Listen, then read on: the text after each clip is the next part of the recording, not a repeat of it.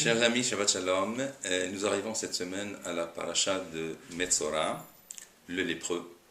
Et cette maladie qui s'appelle Tsaraat, hein, Tsaraat, Metzora, elle est traduite, faute de mieux, par le terme la lèpre.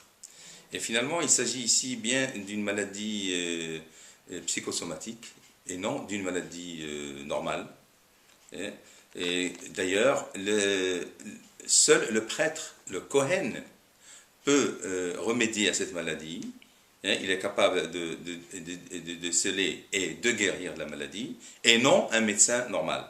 Donc, dans cet ordre d'idée, nous avons une Gemara, une citation de Gemara de Arachin.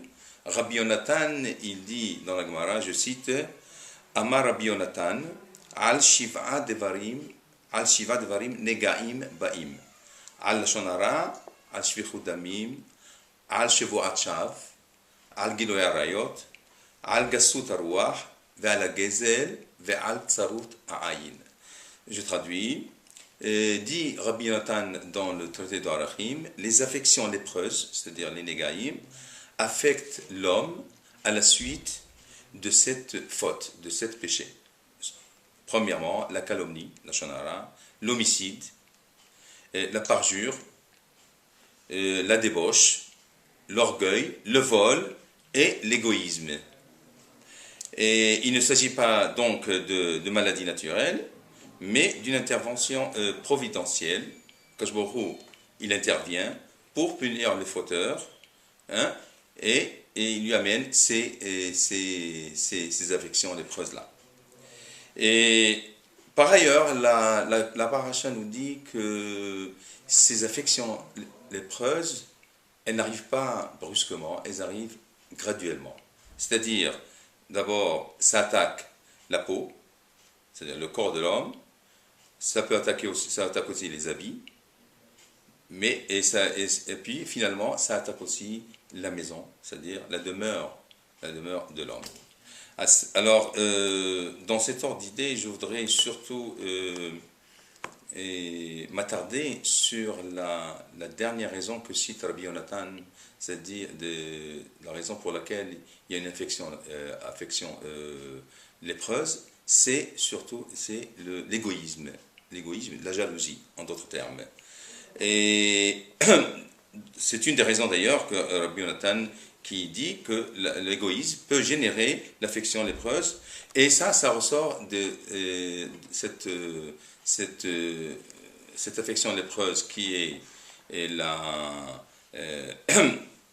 c'est-à-dire le négat qui provient de Tsarut Ayin, de la jalousie, de l'égoïsme. Ça ressort des deux versets que nous allons étudier. Le premier verset, il dit dans Parashat Metzora, Uba asherlo abayit veigid la kohen. C'est-à-dire, cette affection lépreuse qui attaque la maison, elle provient d'une faute morale qui est l'égoïsme, l'égocentrisme. Et d'ailleurs, la Torah dit, Uba asherlo abayit veigid la kohen. Celui à qui sera la maison ira déclarer au Kohen qu'il a une plaie, une affection lépreuse dans la maison. Et le texte continue, il nous dit Vetziva ha-Kohen, ufinu et abayit, beterem yavo ha-Kohen lirot et anega. C'est-à-dire, le Kohen ordonnera qu'on vide la maison avant qu'il n'entre dans la maison pour examiner la plaie.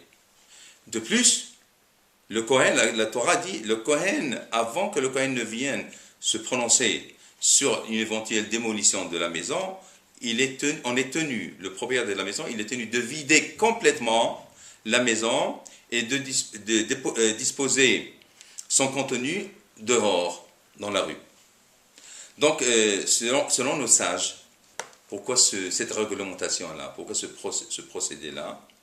Et selon nos sages, ceci a pour but de nous faire comprendre que l'égoïsme qui nous pousse toujours, à nous tous d'ailleurs, à fermer nos maisons, à conserver pour nous seuls les biens qui sont dans notre possession, eh bien au contraire, la Torah nous met en garde et nous dit qu'il faut être concerné aussi bien par le bien-être d'autrui que aussi par ses malheurs, s'ils arrivent, il faut toujours concerner par autrui. Lorsque l'homme, au contraire, se renferme sur lui-même, l'affection lépreuse vient, veut ouvrir de force la porte qu'il tenait fermée. Toi qui tenais fermée ta porte et de la maison, cette affection lépreuse et tout ce procédé vient nous expliquer, vient nous démontrer qu'il faut que tous les avoirs qu'on tient, que l'homme tient à lui seul, et qu'il ne pense qu'à ne pas profiter les nécessiteux et les pauvres, ceci est contraire à l'esprit de la Torah.